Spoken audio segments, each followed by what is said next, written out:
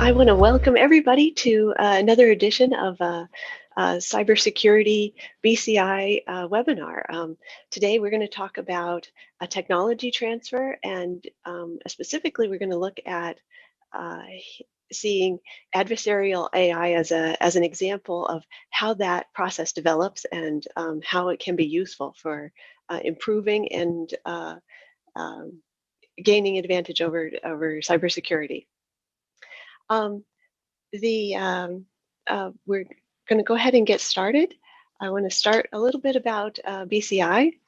So Bay Cybersecurity Institute was founded about a year and a half ago, and it's in honor of Becky Bass, who was a personal mentor to me and a visionary leader in cybersecurity.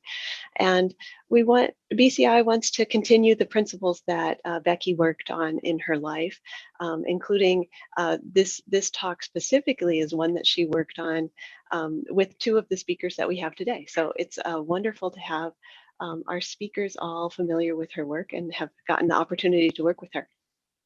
None of these webinars would be possible without our members, our speakers, which are all volunteers, and the people behind the scenes that make everything happen. And so your donations and your participation is what makes all of these webinars possible, and I really want to thank everybody involved. So let's get started with our talk today is how do we improve cybersecurity? I personally have spent a lot of my career as an inventor, and it's one of the questions that I ask basically every single day is how do we look at the big picture? How do we find the problems that we need to focus on? I kind of start with what are the problems and then work to find innovation and research that solves those problems. But it's also true that you can start with pure research. You can start with an idea that you say, I think this may make a difference, or I think this may change this component.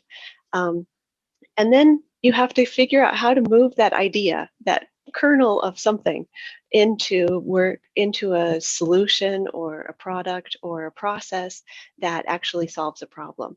And this is a hard problem. This is a hard transition to make from a very early idea. You need money to improve on the research. You need money to move it into a business. You need customers and support to move that into actual real world use.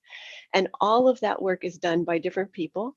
All of the technologies that you develop are used by different groups.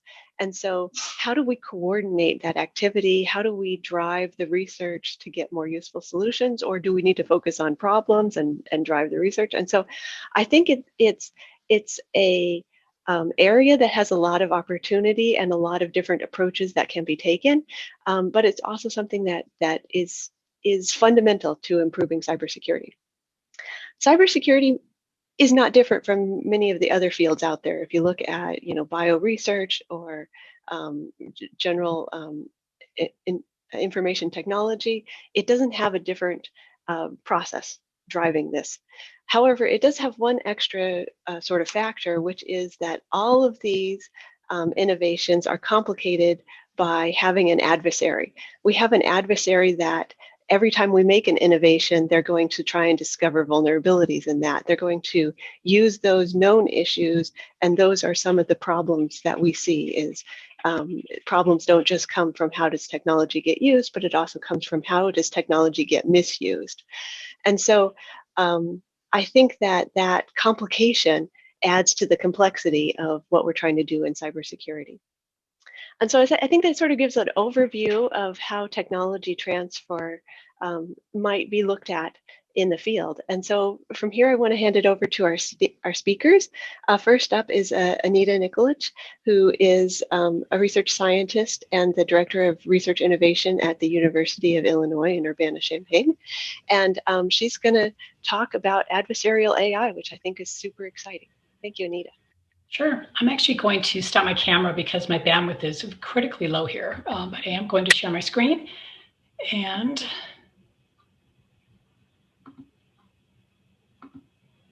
hopefully everybody can see that. Okay. Hopefully everybody can see that. Give me a shout out if you can't. Okay. That looks good. Thanks for the intros. I got to know Becky and Alec when I was at NSF, where we aimed to do more transition to practice, which is what TTP is. Of course, TTP stands for other things too, but we'll stick with transition to practice. Note that the title on the webinar says adversarial AI, not AI and security, and I don't want to conflate those concepts. So I'm not going to talk about using AI for security, but I am going to talk about kind of how we think about securing AI.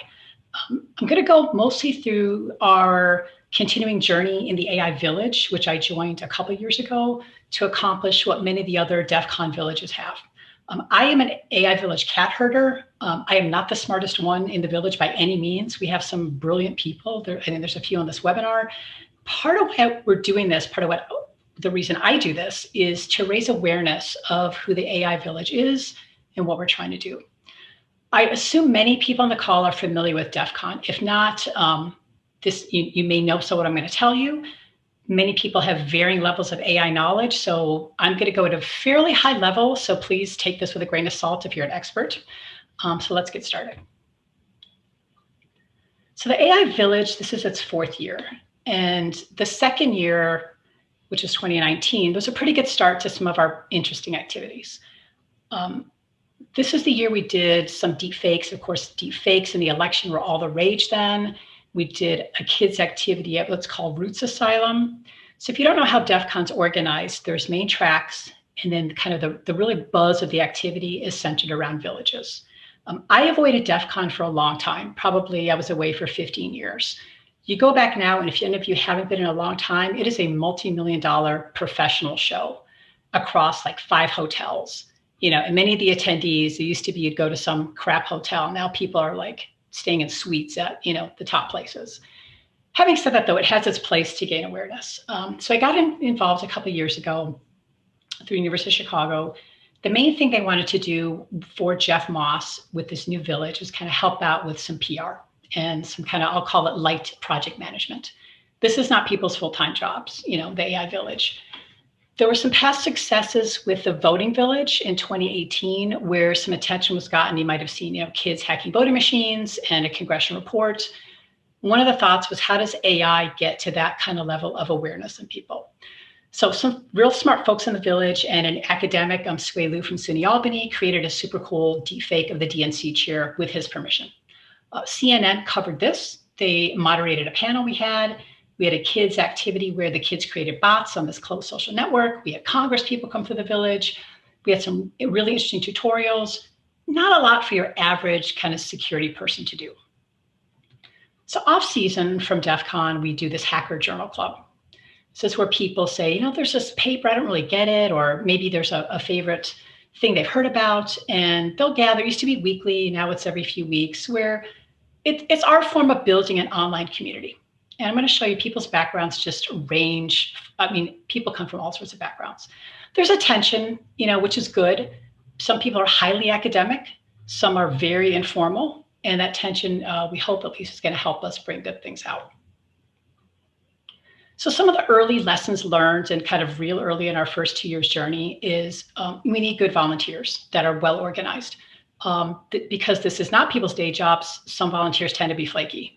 So finding people who really are going to dedicate the time, or they're going to say, I don't have the time, is really important.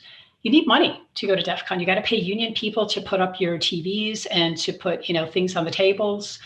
And you need to laser focus on a few outcomes and successes, both at the con and during the year. So what the heck's the AI Village? It's a nonprofit. This is its 4th year.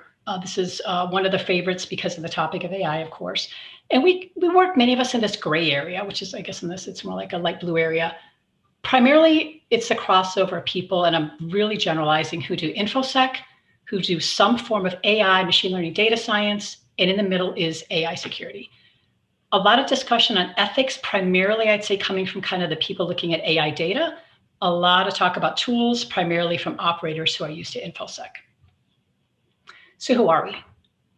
This ranges every sort of person. Hardcore mathematicians, undergrads, people with no college degree, enthusiasts, people from large companies like Microsoft, people just curious about AI. And, kind of the underpinning is people want to do something. So here's just some quotes from a couple of our members. Security people, and that's mostly my background, they don't understand security aspect of AI projects. They know that a panda can turn into a gibbon, but they don't know why. Cyber people need to understand the model, creation, the maintenance process, including the infrastructure used in each phase, and the data people need to understand the importance of security. So our goal is to get these two sides together. So what do we think about? So we have a Discord, we talk a lot. What are kind of the crunchy topics that say, these are interesting enough that we're going to put our efforts towards them. A lot of talk about ethics, which I'm not going to address in this talk. A lot of talk about what makes a data set. And we see that in the popular press even. How do we attack and evade AI-based security controls like email security? And we have some people in the village, and that's all they do is think about the sometimes not so great AI rule base that you use for email. How would you audit AI? Spend a lot of time thinking about what is the threat model. And I'm going to talk about that a little bit more. And then, of course, some of these unscientific or unethical uses of AI. And at the village this summer, one of our proposals is we're going to show a very easy way to kind of evade and attack these what's become very popular hiring algorithm systems. And I noticed somebody registered for the webinar was one of the folks who was behind this paper produced by Harrisburg University. They have this extraordinarily unscientific paper and system showing that if they saw your picture, this system can predict you're a criminal. And so one member of our village was kind of key in getting that paper taken down and retracted. So what are some obstacles in, I'll call it the hacker community? Why is transitioning tools or methods so hard now? It feels to me, I've been in security many years, that it seemed easier years ago. And again, I guess that's what old timers always say. But what are some serious obstacles? Day jobs. Some people have really tremendously stressful day jobs. They want to do things, but it complicates things. One, just from a time perspective. Two, as we found trying to develop our framework, do you credit your day job if you're working on it during the day on Discord? Is it volunteer work? Is it both? Is somebody going to claim intellectual property? Sponsorships. You need money to make a village work. Do you ask your employer? Do you ask for help? Do you say, we don't want to be bound to mainstream system, we want to do it ourselves? Of course, motivation. People's motivations vary, and the village itself doesn't have a cohesive one thing. Some of us are motivated to educate or shock or inform public policy. Others want to have fun. Some want to write papers. Volunteers, again, their time is precious. And press and messaging. One of the obstacles is really figuring out, what do we want people to know about AI? So back to the adversarial AI. So academic studies, you can see these papers. It seems like everybody's publishing papers on AI attacks. This is just, from 2014 until about now, you see the explosion of these papers. So these are ones, by the way, that primarily present themselves as adversarial AI. This is inventoried by Nicholas Carlini, who's at Google Brain. He kind of keeps track of these things. So in a very general sense, this emerging field of adversarial AI, which is tangential to but related to traditional security, this is kind of how I'm going to sum it up. The difference between traditional security and kind of AI security that the village grapples with is that attacks to the machine learning systems can trick AI and the AI logic in ways that even the algorithm designers may not know. So we, in a nutshell, consider adversarial AI, and definitions vary, but I'll just put this out there. Inputs designed by an adversary to force a machine learning system to produce erroneous outputs. And there's a lot of different places to attack AI. So I call these, I teach a class in AI and public policy, and I kind of call these party tricks, although that's a little unfair to the academics, but kind of the point of showing this is that many of these things don't work in the real world. So the one thing, the sticker in the upper right, this is an optical illusion sticker that was trained by sampling hundreds of photographs of toasters. So you put the sticker on the table and the system doesn't look like a banana, it classifies the output as a toaster. This makeup from Insane Clown Posse, they found putting this makeup on can fool facial recognition systems. The middle, the bottom, it says adversarial AI fashion, where the designer put tested modified license plate images and put these on a fabric pattern that seemed to kind of look like real plates. And of course, the bottom right is the famous stop sign sticker that's used to fool the Tesla. So part of the frustration is, these are pretty cool. They're great for papers, but I don't know that many of us see this in the wild in the real world. So you want to move beyond these easy AI tricks that are, in many people's opinions, I'll speak for myself primarily, is that they're not realistic in what can we do in the real world to look for meaningful ways to secure AI? What's a threat model? I mean, in general, everybody here, I think, knows what a threat model is, a walkthrough of a system. Thinking about the adversary's motivation. And then when you think about AI and securing it, really the only kind of NIST, and this isn't even a final NIST document yet, the only thing that's really kind of formal is this 2019 NIST document, which is really just a taxonomy and terminology definition for the field of adversarial machine learning. It's a start, it's not great.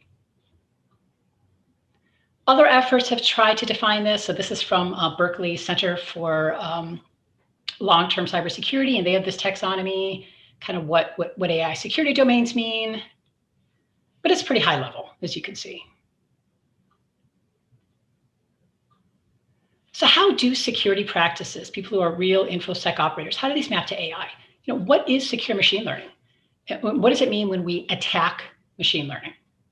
These are going to become more and more important to InfoSec operators. And I think a lot of us are struggling with how, what do we do?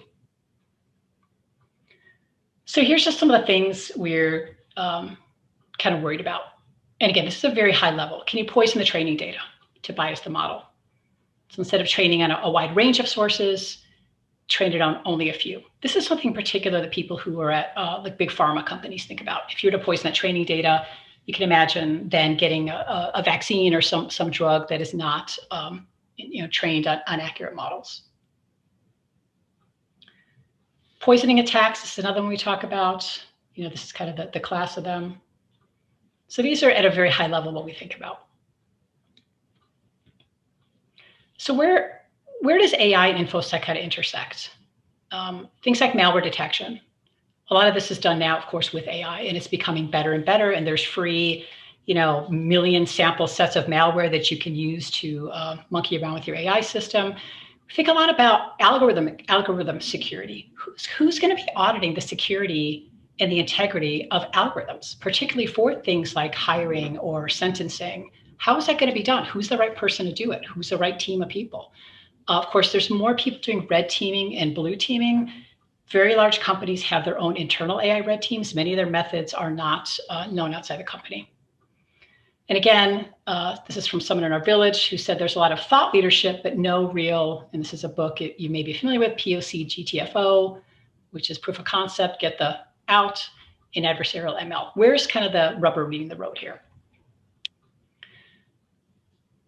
So the key to building defenses for ML-based systems are really realistic threat modeling. Some people understand these idiosyncrasies of ML that could lead to vulnerabilities. Some, more the people like me, understand kind of the threats facing the infrastructure, the software. Very few understand both, which is why threat modeling of AI systems is so very hard. So these are all, actually just a small subset of ways that you can think about threat modeling. So as you think about, what does adversarial AI mean? Again, we kind of went through the party tricks of fooling AI. What is adversarial AI? Is the stop sticker? Tesla considers the bottom left, this projected character, which is in this case a stop sign. They've done it with people as well. A Tesla can consider that as a real thing. So if you project on a billboard, let's say one of these highway billboards, a person, it can briefly break the system. So this phantom object can, which is some research out of Israel, this phantom object can, look 3D and can trigger some reaction from a car system. We've seen other, mostly academic attacks, one called a sponge attack, where the AI model uses up a bunch of system resources. But adversarial examples in the wild, meaning like what you would see as a regular infrastructure operator, are just not very common. So one of our inspirations, at least for some of us, and again, not perfect, is this partnership we've seen with, say, the Biohacking Village, where they have this partnership with the FDA. Now DHS participates. Of course, I am the cavalry, and I think Bo Woods is going to be giving a webinar in a couple of weeks. this public-private partnership to really kind of help with medical device testing for safety and security. To me, that's a big deal because it impacts people's devices that they're going to be wearing. It could be life-saving. Many of us point to the car hacking village, where if you've gone to DEF CON, you can see, 5, 10 cars where people are really into the car stuff. They partnered with car manufacturers, and the car manufacturers have said, if you can break into this Tesla, it's yours. So it both educates, builds a community, and gives people hands-on experiences. So the original goal for, kind of circling back to us, original goal was kind of this curated knowledge base of attacks and a model for cyber adversary behavior around AI. Normally these taxonomies are built by observing patterns across many attacks in the wild. Since there's very few, at least public real-world case studies, but a lot of research, we have thought, okay, let's do a cross-disciplinary, kind of bring together academics, bring together operators, and how can we build effective defenses? We should build a tool for threat modeling and think about the attack lifecycle. The target audiences being operators, and also to be able to inform AI decision makers, people buying the systems. So our first attempt was, and this was back in the fall, was, let's come up with a kind of MITRE attack type threat matrix for AI. One of our board members thought, this, rightly so, the attack is kind of used as whether you love it or hate it, it is a canonical thing people in security use because it's useful to a bunch of levels within a company. So we thought we'll do an academic style workshop, invite talks and papers. People have had experience actually building attack. We have some people who were at MITRE. Maybe maintain a future repository of attacks, maybe critique. We knew Microsoft was coming up with a matrix. We had people kind of involved, maybe work in concert with them. You could see where this is going, where it was clear, but not crystal clear. So one of the thoughts was, we'll get this workshop. It'll go over 3 weeks, like a half a Friday every 3 weeks, or 3 weeks in a row. We'll have breakout groups. We'll have people talk about attacks, red team attacks, where machine learning and security people have to explain to each other. That seemed like good in theory. A lot of talks about how to structure it, who'd be writing the paper, who'd be given the case studies. Meanwhile, we had been kind of loosely talking a lot to Microsoft. Meanwhile, they came out with this adversarial machine learning threat matrix. Not the best name. We kind of wrung our hands a lot over our final name. They put this name and came out with it. And it wasn't perfect, but it was something. So they released this in October to lots of fanfare. And there were some lessons learned with that. This is what that looks like. You can look it up there on GitHub. But just to give you an idea, it's a framework with this, they seeded it with a curated set of vulnerabilities and behaviors. And they, Microsoft and MITRE kind of vetted it to be effective against production ML. So it's not a bad start. Some lessons learned from this kind of early effort. Most academics just there's not really incentives for them to participate. And it's not entirely clear why we necessarily need that. So there was a lot of hand-wringing about who we're going to invite. So our lesson learned was just, move quickly. Perfect's the enemy of good. There's a lot of smart people, bring them together. Sustaining the energy of volunteers is hard. So even organizing a workshop without a full-time person, since this is not people's full-time jobs, is incredibly difficult. Academic style conferences don't have that wide appeal, not for 3 Fridays in a row. It's time consuming.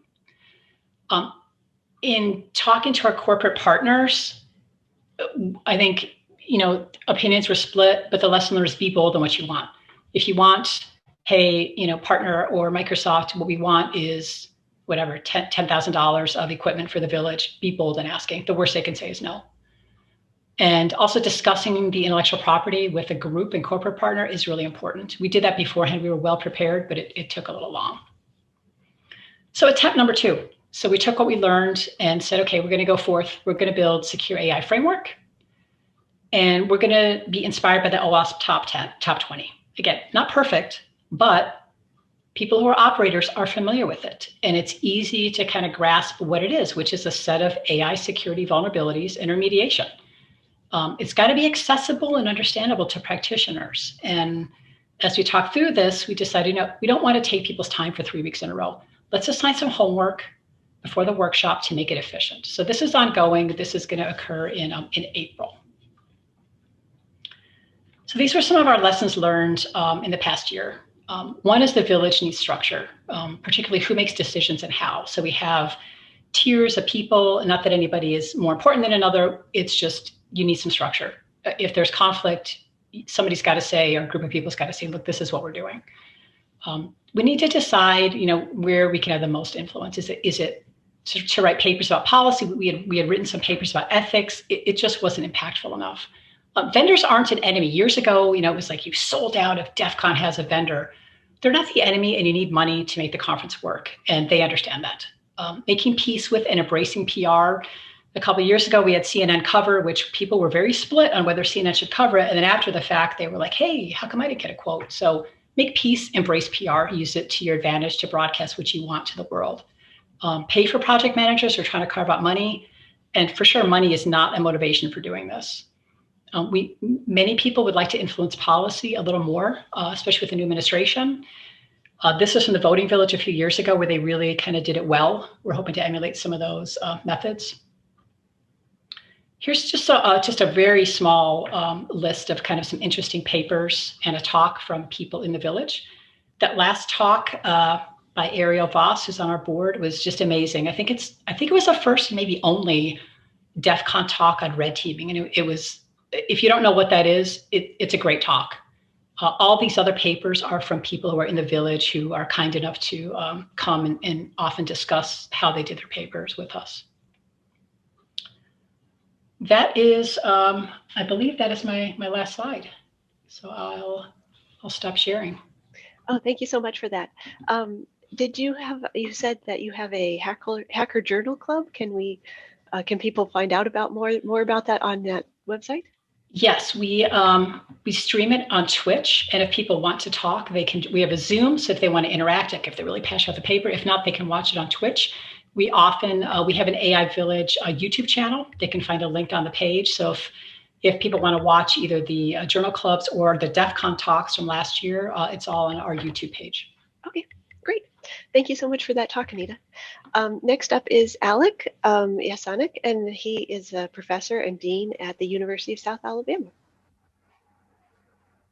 Hi, thank you very much for having me, Dinah. And Anita's great talk. I appreciate it. Will we get an opportunity for questions at the end, or did you want to get their questions now? We'll have an opportunity for questions at the end. Okay, perfect. So let me get myself screen shared. Tell me if I'm looking okay here. Your screen's up. Ooh, looks good. Just a slide. I gotta remember how to do this again. You may have to just watch my previews. Is that better? That still looks good. All right. So I'm not showing the next slide, right? No, but now it went back to PowerPoint. It went back to PowerPoint. I apologize. We actually practiced this beforehand, and I got it right. Alec, can you turn up your volume a little bit? We have somebody saying they need to, if you could just either speak louder or turn your volume up, please. I will speak louder then. I appreciate that. I apologize for this. We did go through this, but when I hide that presenter view, now I lose my presentation mode, huh?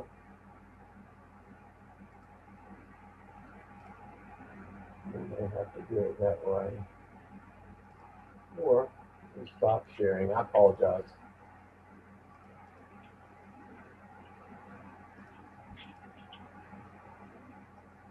It's looking at the share looks good to me without the notes on my end, but it's showing the notes on your end, huh? It looked good. It looks like you've stopped sharing now. Okay, I've got it now. No, you stopped sharing now. Oh, I stopped sharing. It should look good, huh?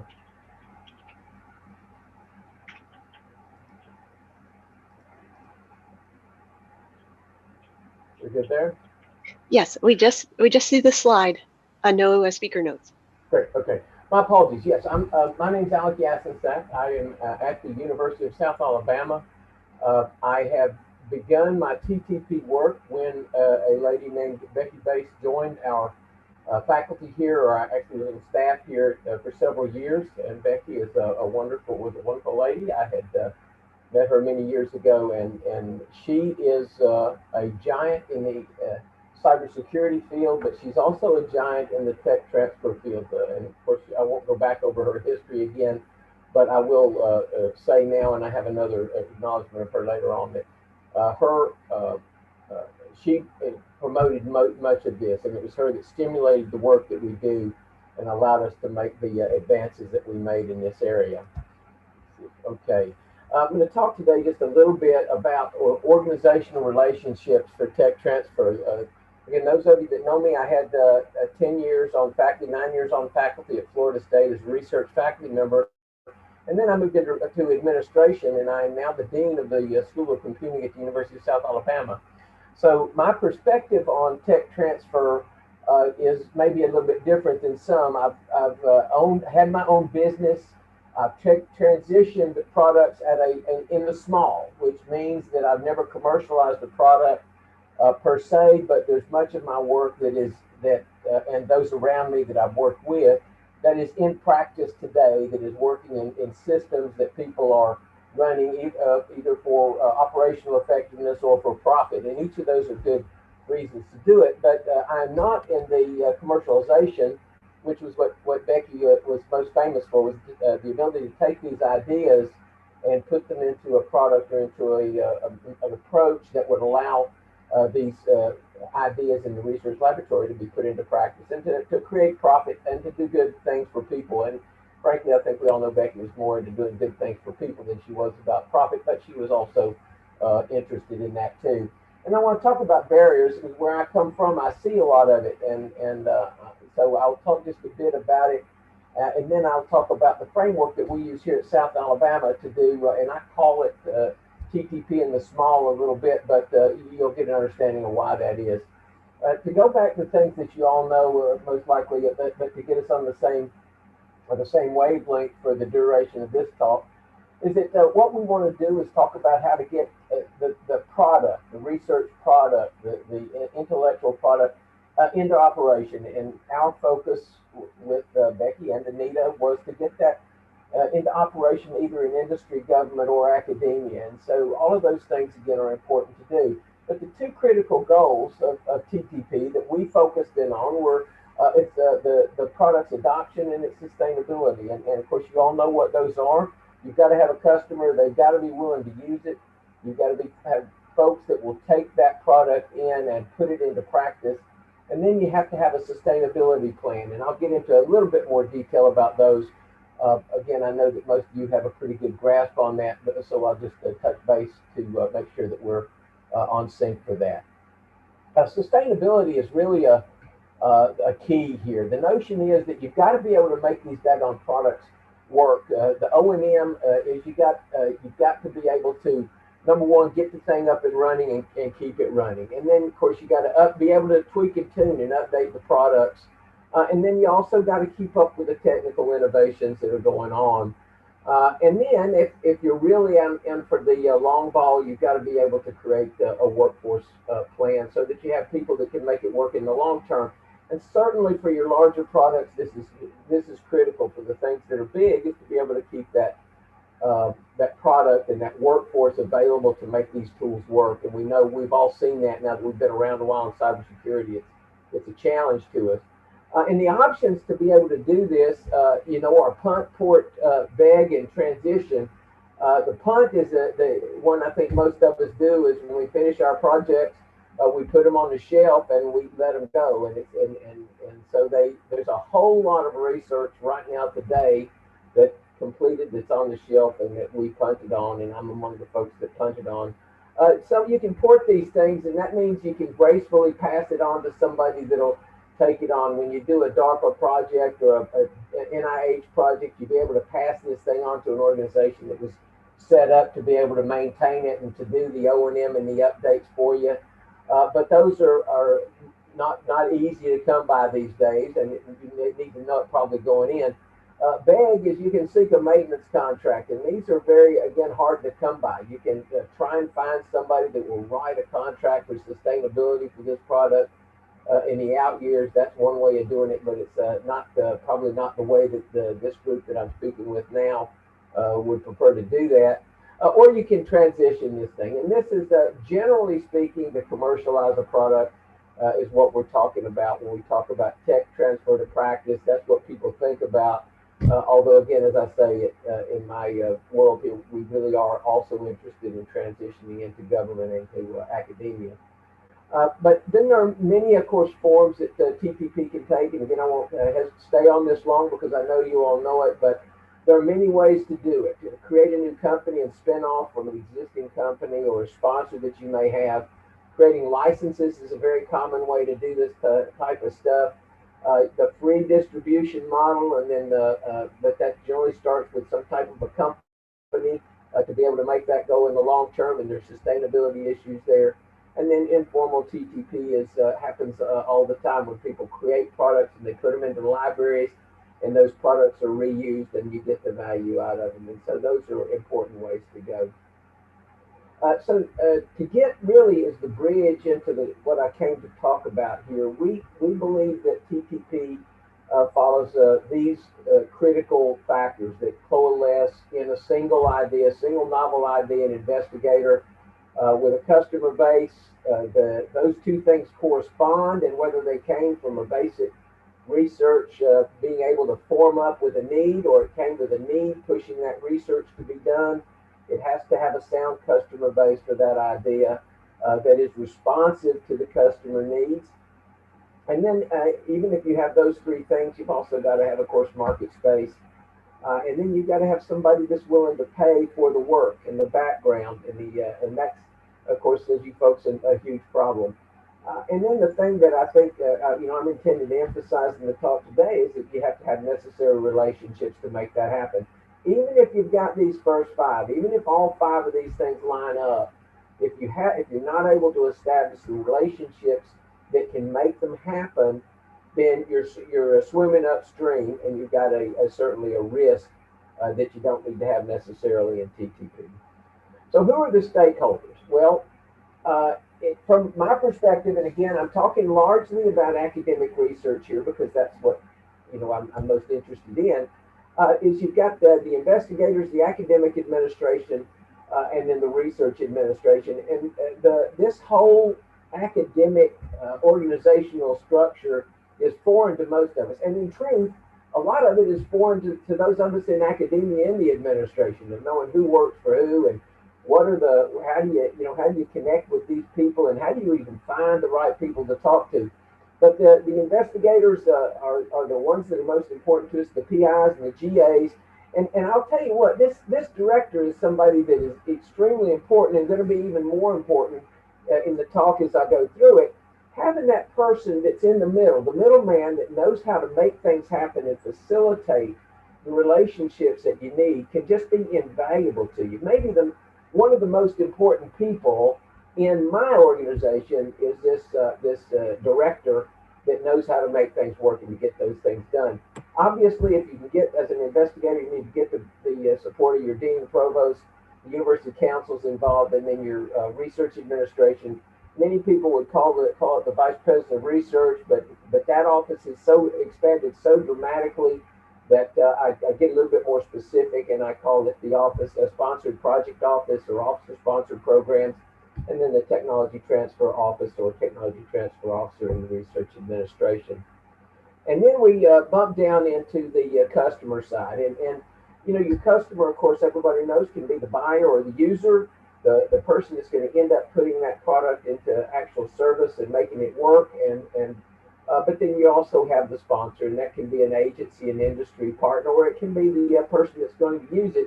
But as you all know, that's not always the same person. So that kind of gives us a baseline of fundamentals to talk about as we move forward here. I use this as kind of a discussion of the thoughts about the way to talk about relationships. It's friendship, acquaintance. I know who somebody is. I can ask them for things.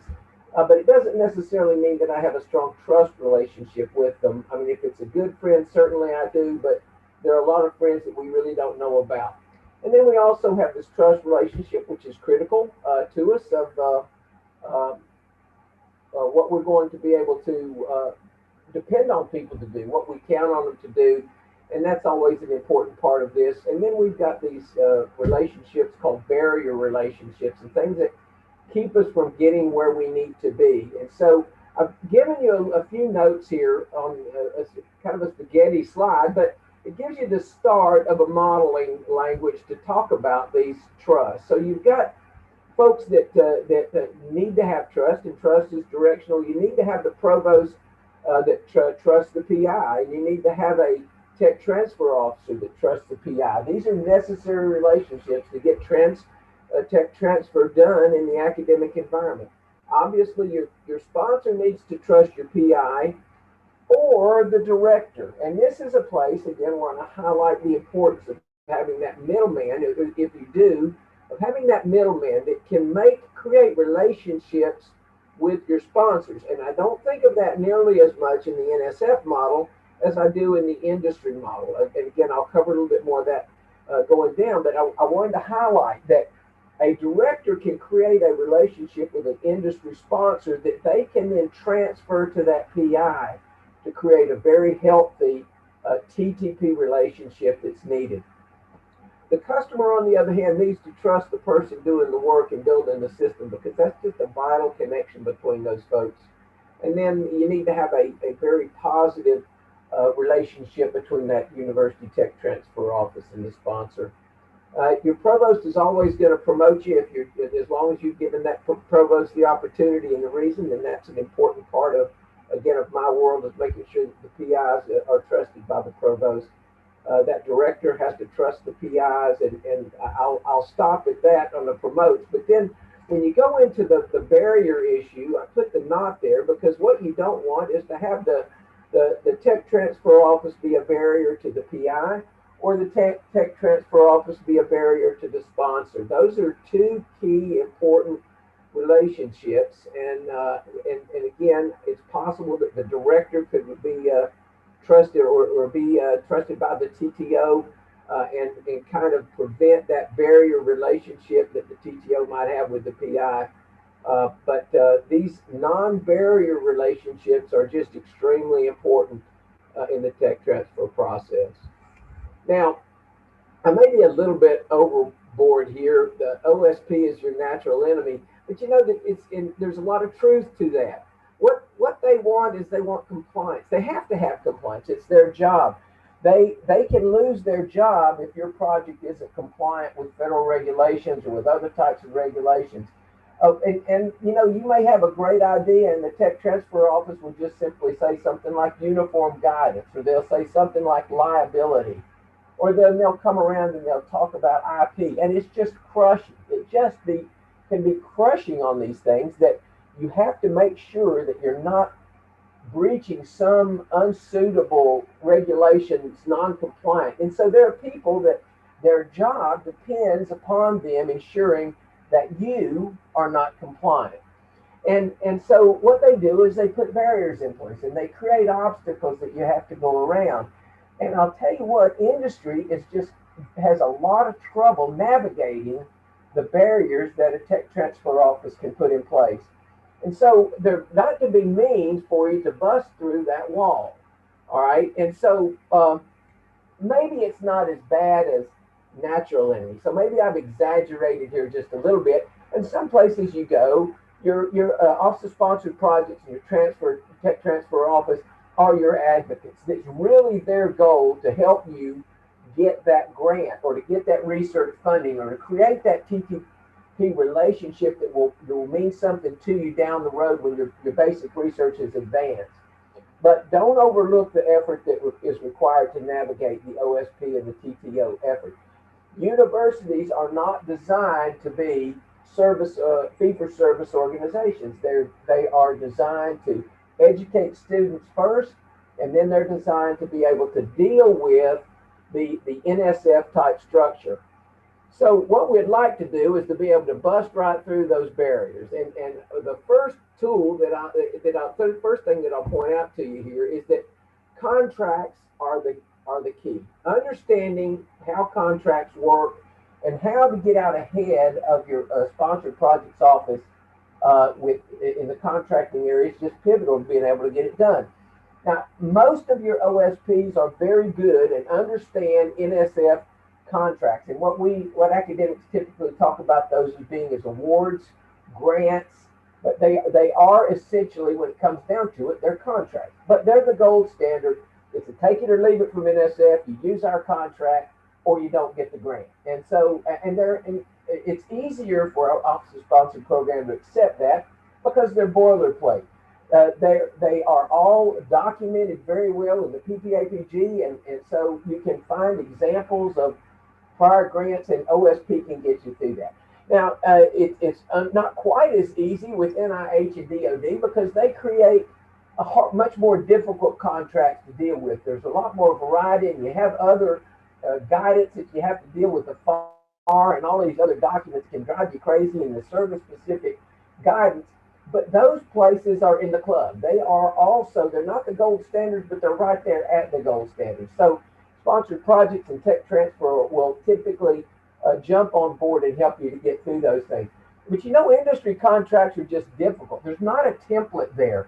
There are differing objectives in what's going on. They want profit, and they also are very cautious about liability, and they have their own lawyers that deal with things.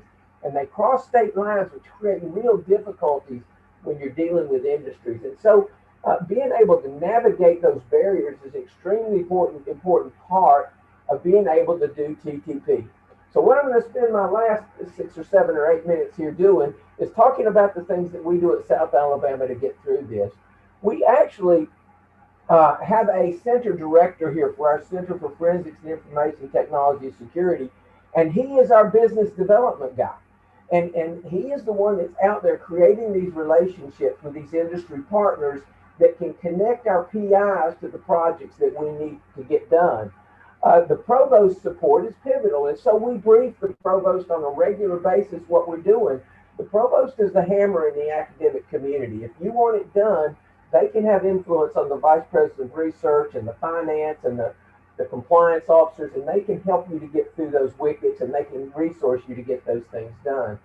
And they also can help you establish that positive industry favorable IP model, so that an industry, you know, they're not going to do things like in academia. It's about profit, and they have to have that IP model. Your center director can be responsible for that kind of thing for you.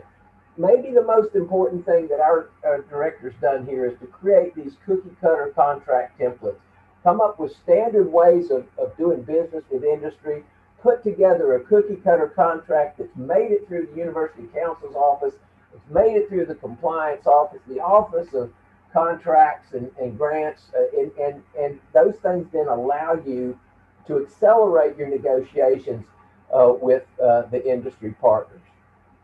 Now, the way we've done this, the next thing that we've done here is take an organizational approach to TTP. And we have this notion of being able to do grants at several different levels. Small grants with a high hit rate. A good example is the NSF IUCRC.